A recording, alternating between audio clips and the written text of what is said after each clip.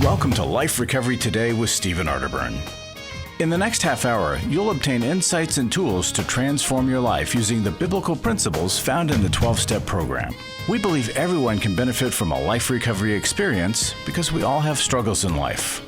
Struggles with addictions, food, depression, anxiety, and relationships, to name a few. You'll be encouraged to see how others have found a new way of life with hope for the future through life recovery.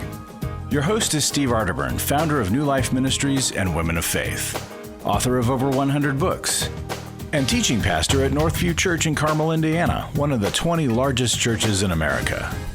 Steve is the co-editor of the Life Recovery Bible, the #1 selling recovery Bible.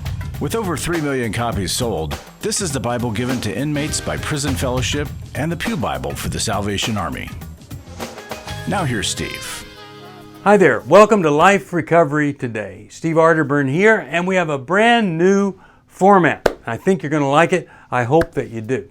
As we start out, I want to just remind everybody about Step 1. Step 1 says that we admitted that we were powerless over our problems, that our lives had become unmanageable. You know, I think that's one of the toughest things when we go from, I can manage this, I can help this, to, hey, I can't manage this. And why would I try if I could get help? Isn't it interesting? So many people out there want to help all of us, and yet we just think we got to do this. We got to control it.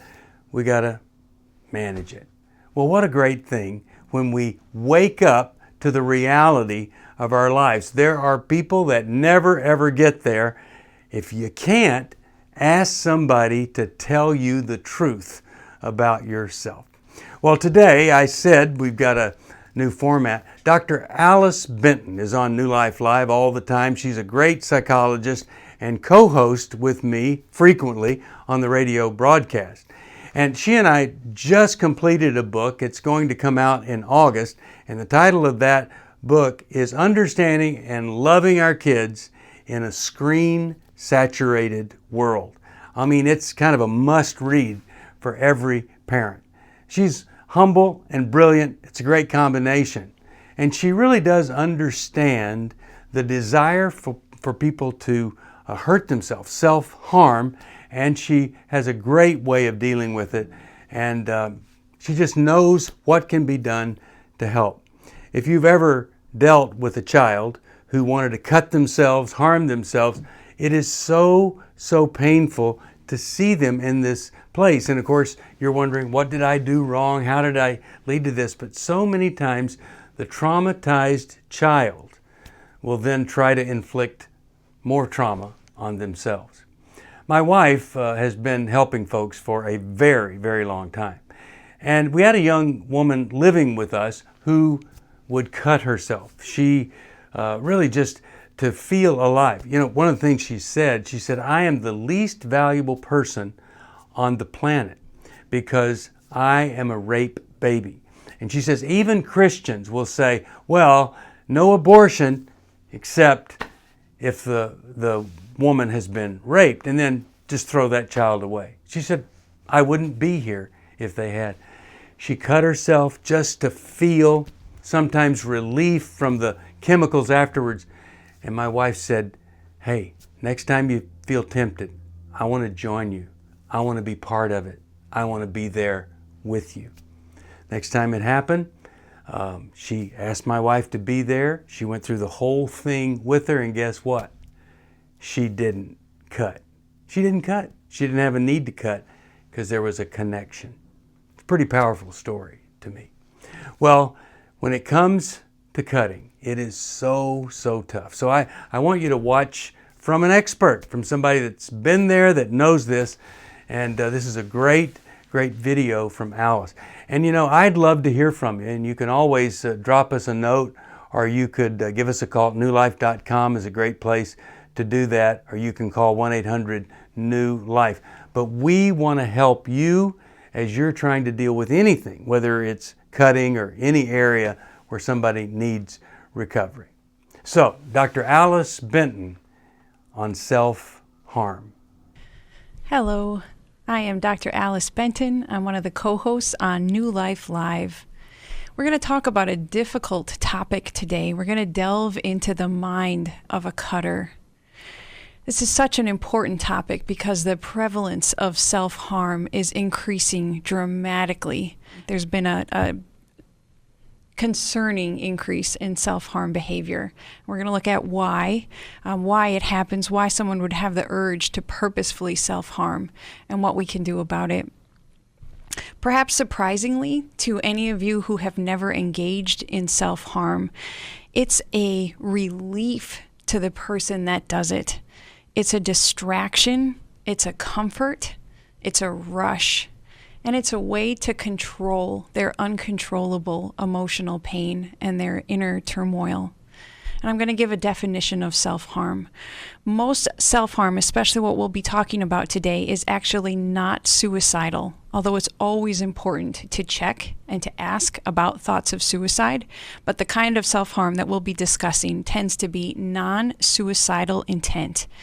It usually involves cutting, sometimes burning, sometimes just hitting, punching, hitting your head against the wall, hitting your head against the floor, and an extreme version is intentional bone breaking. It's very common that for people who engage in self-harm, they struggle with deep negative self-accusations. Some of the most common are the beliefs that I'm a disappointment, I'm worthless, and I'm unlovable. Those beliefs have fit for everyone that I have talked to and work with who have engaged in self-harm. There's almost always a strong self-hatred, whether it makes sense or not to an outsider, a strong self-hatred. It's not uncommon for the person to be questioning their sexual orientation and their gender identity as well. Self-harm usually goes hand in hand with a couple of different mental health disorders. There's almost always a background of some form of trauma, not necessarily big T trauma. Sometimes it's smaller T trauma in the form of bullying, but if you look far enough, there's usually trauma. Depression, anxiety, addictive behavior, and eating disorders. The age of onset is a painful 13 years old. And there's evidence that that age is being pushed younger and younger, but 13 is a fairly normal age of onset. Usually there's a friend group where self-harm is engaged in by multiple people within the friend group. Now, some good news, the majority of people that self-harm only do so a few times and then stop. It's much more uncommon for the behavior to continue long-term. We have to look at the role that media plays, especially in today's day and age when it comes to self-harm. A lot of people find help through the internet and find solace with peers who can understand, who encourage, who support. So a lot of good can come from internet use with people who struggle with self-harm. Unfortunately, there's also a push to normalize the behavior within the peer group. There can also be competition to self-harm better than what you know your peers are doing. There's even a lot of reports of ridicule within that self-harming community for people who aren't self-harming significantly enough. So you might go in to get help, to get support, and to get encouragement. But there is a strong vulnerability to gather information and a competitive peer group that can actually make the behavior worse. Researchers have been finding that there is a large collection of photos of self-harm and even videos, live action videos of self-harm, as well as a lot of cartoon self-harm. Anime is a big genre that involves self-harm. And once adolescents start looking at that kind of material, it tends to trigger more significant self-harm. It can become part of the ritual of the self-harming behavior. People describe feeling a rush as they look at these photos and they look at the videos, and then a stronger urge on their own part to follow through. They report finding better techniques, meaning more dangerous techniques, to both self-harm and then to hide it afterwards. A couple of different social media forums have been named. Now, they've also taken action to improve this, but these different forums have allowed the photos and the videos in the past to be very accessible. They've shored this up, and there is better security now. But some of the social media platforms like Pinterest, Snapchat, Tumblr, some of them allow anonymous posting. And then when algorithms are involved to bring to your attention things you've searched before and have been interested in the past, we all experience this with just the hobbies and the interests, the recipes we look for on these forums. We get more information. Well, the algorithms can also dangerously lead to more information about self-harm behavior. So what can we do about it? Well, if we love someone who we suspect engages in self-harm, there can be a fear to ask. It's like asking about the pain someone feels at the passing of a loved one. Should I ask? Won't it make it worse? What if they weren't thinking about it and I brought it up? We have to ask. Everyone I have worked with that struggles with this behavior has felt an anxiety, but also a relief at being asked and finally being able to tell the tale of what they've been doing, why they've been doing it, and what's been happening to them. They often feel invisible. They think that no one cares. They think it doesn't matter to anyone if they're hurt or not. And so when we ask gently and lovingly with the intention of helping, with the intention of hearing them out, there is relief for the person that engages in self-harm. With my clients that I know self-harm, I'll often ask them to show me their area that they cut, to show me their wrist, to show me their arms, as they tell me whether or not they've been engaging in self-harm in the last week and in between sessions. It's so important to go into history to find the roots to why they're self-harming, because there is a reason. As much as on the surface it might not make sense to us, there is a reason they're in that level of pain. Life makes sense, emotions make sense, and deep down there is a root to their initiation of self-harm, usually trauma. We also have to be very protective of our adolescents and of our children who are still under our roof by reviewing and being aware of how they're using their devices, because it's a slippery slope, it's a big black hole, and even if a child goes into this area innocently enough, it can really pull them in and suck them in. So as parents and as family members, it's important for us to take authority over this area, to step in to protect them. The comfort circle cannot be overlooked, because when people are self-harming, really they're trying to get comfort for a pain that they don't fully understand and that they don't know how to solve. And Mylan and Kay's comfort circle is such a simple, structured way to draw a person out, to hear them in their pain, and then meet them with the comfort that they need, and even helping them figure out what the comfort is that they need. If you're uncertain about your child's safety in this area, and if you do not feel equipped to ask, don't hesitate to talk with a therapist, to schedule a consultation. The therapist will be happy to talk with you as a parent, to give you information, to support you, to provide you feedback, and then to talk with the adolescent, to talk with the person that you're concerned about. And a professional is trained to handle this. Right questions and trained to bring in the right strategies and tools to help and to resolve that underlying pain. Do not lose hope, but do not be passive either. Take action. You can call us here at 1-800-NEW-LIFE and we'll get you started in the right direction. Are you going through your struggles alone? Do you want someone to talk to help you through your pain? Do you feel like a failure when you relapse again, telling yourself, next time will be different? Don't walk this path alone anymore. Join a life recovery group today and be a person that your friends and family can be proud of. God created us to be in community, and we believe everyone can benefit from a life recovery experience. There are life recovery groups all over the country, and if there isn't one in your area, we can help you start one. Life Recovery brings recovery to you, right where you are. You'll take a journey with others to find healing and freedom. Whether you're looking to join a group or start one, New Life Ministries is here for you. Call us at 1-800-NEW-LIFE or visit liferecoverytoday.net.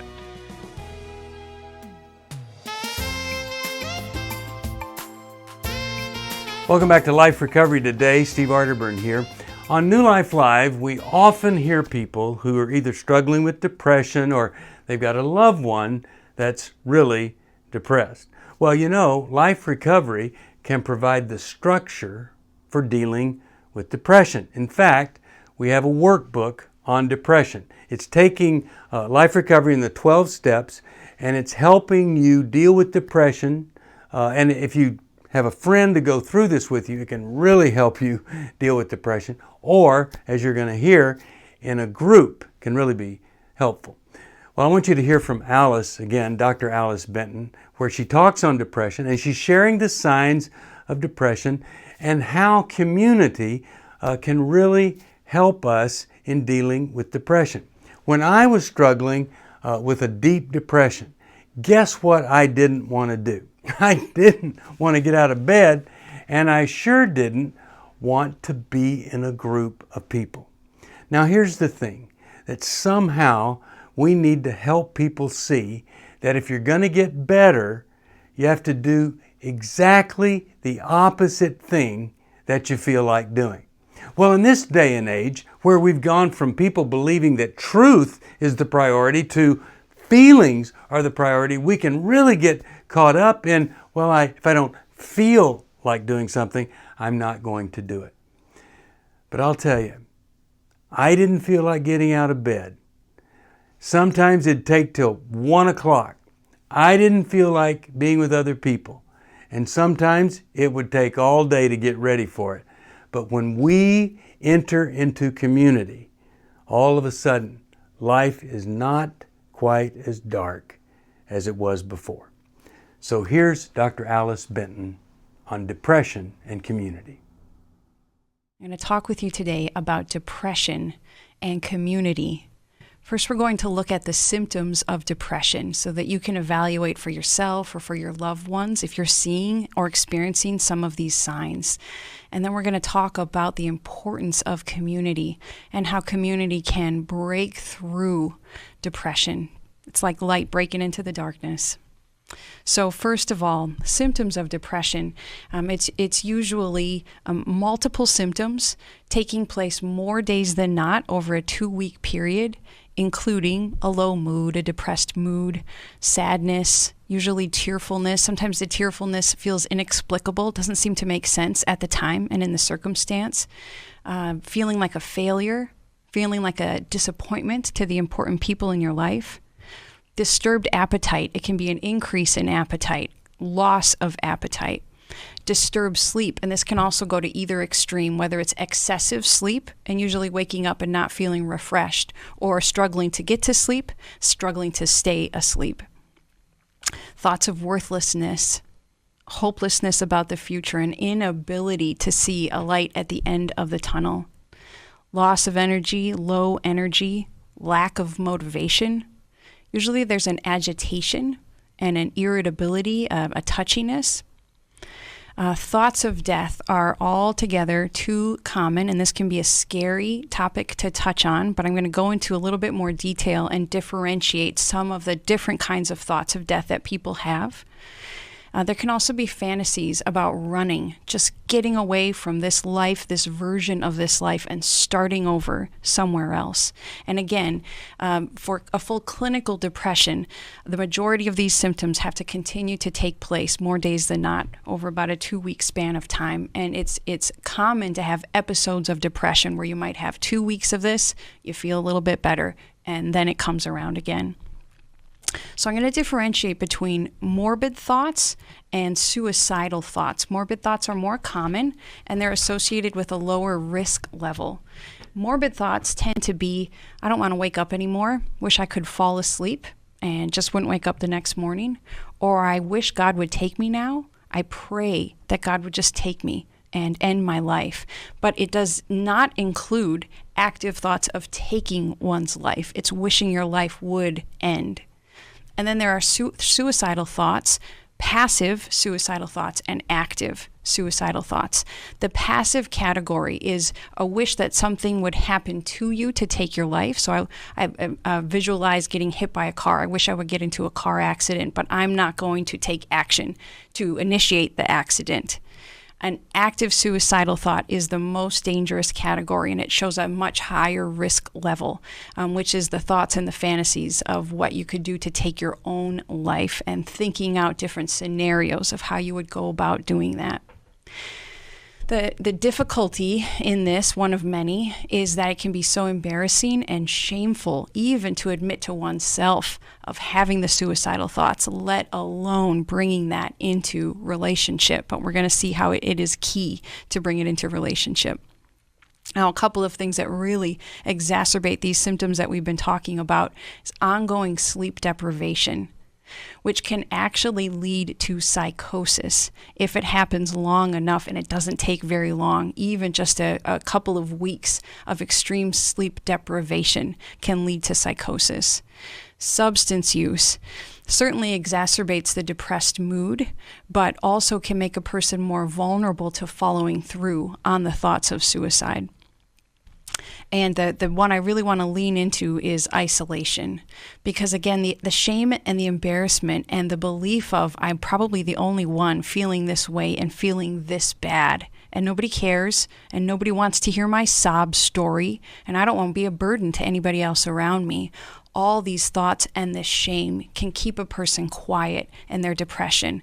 And it's just natural when you're feeling this low to back away from people rather than coming toward people. But both the mental health recipe and God's recipe for depression are bringing it into the comfort of safe relationship. And it has to be safe relationship, not just any relationship will do. Because some of the things that we do incorrectly in a good intent, a good motivation to try to help, is trying to fix it too quickly, giving unsolicited advice, trying to convince a person out of their depression. You're fine, you're not that bad, it's going to be better, look on the bright side. That doesn't tend to be helpful in the midst of a depression. Rather, it's like a person who's depressed is in a dark room. And if we bust into the dark room and flip on all the lights to show them that it's better than they really think that it is, the light will blind them, and they'll be in pain and discomfort, and they'll back away from us even further. So the tack that we should take is actually going into the dark room with them, sitting down with them in their corner, and finding out just how very dark it is, just how very heavy their burden is. And by sitting there with them in the darkness, validating and empathizing, we can then slowly turn the lights on, slowly bring them out to the doorway to help them see that things are better. But they need the comfort and they need the companionship usually first if they'll allow it. But there is such a risk in asking for help because you might feel like a burden. But in God's design, He asks us and He built us to do better when we carry each other's burdens. This comes from Galatians 6:2. We're supposed to help one another when those burdens are too heavy for one person to bear alone. It's good for us to ask for the help. It's good for us to accept the help. Once you break out of the silence and the isolation, you find out something essential, that you're not alone, that a lot of people around you are actually experiencing depression too.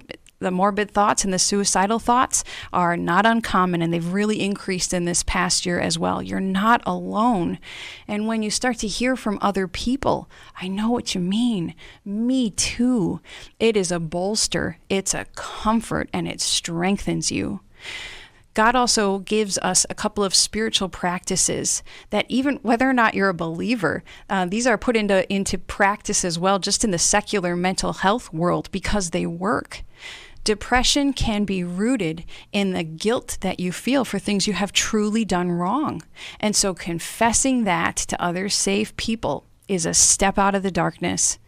You are probably burdened with justified resentment, and being able to talk through the pain that others have caused you, to confess that you have anger, to confess that you don't want to forgive, opens that door, brings a little bit more light in, allowing God to move you towards forgiveness of the people that have done the unforgivable towards you. If you'll ask for His help, He will give it to you. And then accepting forgiveness for your own sins. And we really need to accept it both from God, but from other human beings, because it makes it more real. When we apply God's design, when we take the risk of breaking out of isolation, and when we lean into relationship with both God and other people, the light does break through the darkness. Please call us here at 1-800-NEW-LIFE. We want to be part of that light. It's hard to find a trusted friend when you're in crisis. Someone who's been there and understands, but who also has the training and skill to give you practical help. Family, friends, and churches want to help, but often they're not equipped to care for those dealing with problems like addiction and pornography, infidelity, anger, depression. New Life Ministries is here to provide help and hope in life's hardest places. We're not focused on making people feel better. We're focused on helping people do the work that will help them be better. At New Life, we have resources available to help you, like books, DVDs, CDs, workshops, and our network of licensed counselors.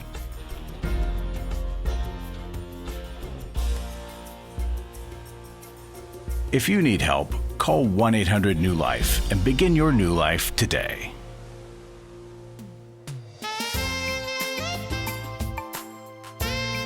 Welcome back to Life Recovery Today. You know, recovery is not a battle that anyone wins alone. As Dr. Alice Benton explained, whether it's self-harm or depression, we need other people to think and to live in new ways. Alone, if you're like me, vulnerable to temptation. But together, we can form a shield of protection for one another. The writer of Hebrews in Hebrews 10:25 wrote, "Let us not neglect our meeting together as some people do, but encourage one another." We're told to stick together. We're to take our place in fellowship of other people. And that is going to provide us with some mutual protection that we need to stand firm in recovery. When we connect with those who share some common beliefs, have been through some common struggles, it is limitless what we can do for something that has limited us in every area of life. Our encouragement of each other, our shared faith in God and His Word, and the principles of life recovery can be a form of strength and protection as we advance in the recovery process. So I am hoping that during this week, if you don't have a community, start online, start in a virtual meeting, something. Do it on the phone, but you need community. There's nothing more powerful than putting those hands on the driver's side and on that steering wheel and getting yourself to a recovery group where there's healing community. Thanks for joining me. See you next time. Thanks for joining us for Life Recovery Today with Stephen Arterburn. We hope this program has helped you integrate God's truth and wisdom into your recovery journey. This program is brought to you by New Life Ministries, and it's your support that keeps this program on the air. When you contact us for any reason, be sure to let us know that you watch on NRB. Call us at 1-800-NEW-LIFE or go to liferecoverytoday.net. Please join us again next week for more Life Recovery Today.